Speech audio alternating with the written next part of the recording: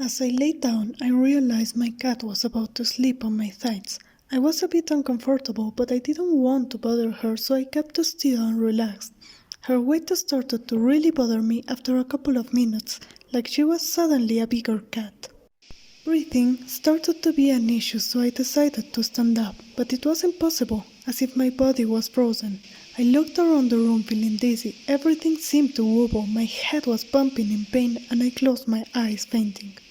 After a while, I was able to regain consciousness and made an effort to look where my cat was sleeping, but I couldn't see her anymore. She had disappeared, but I could still feel her weight on me, making it hard for me to breathe, giving me the impression she was in my chest, crushing me more and more every second.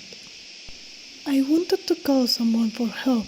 I looked where the door was. It was open, but everything looked slightly different, like it wasn't exactly my house, even if it looked like it. I lost consciousness again. A cycle of me trying to scream and move before losing consciousness repeated and started making my heart hurt more and more and making me feel exhausted.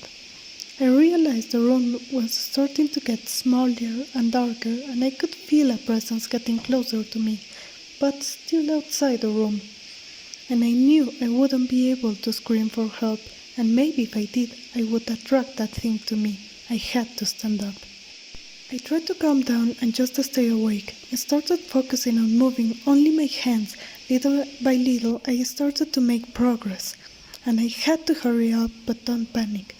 I forced myself to sit, feeling almost like I was trying to fly against a rock that kept pushing me down. I was breathing heavily but relieved. I looked at the door, feeling that something was getting closer. I looked down at the bed, and even through dizziness, I recognized myself, totally frozen in place, looking back at me through almost dead eyes.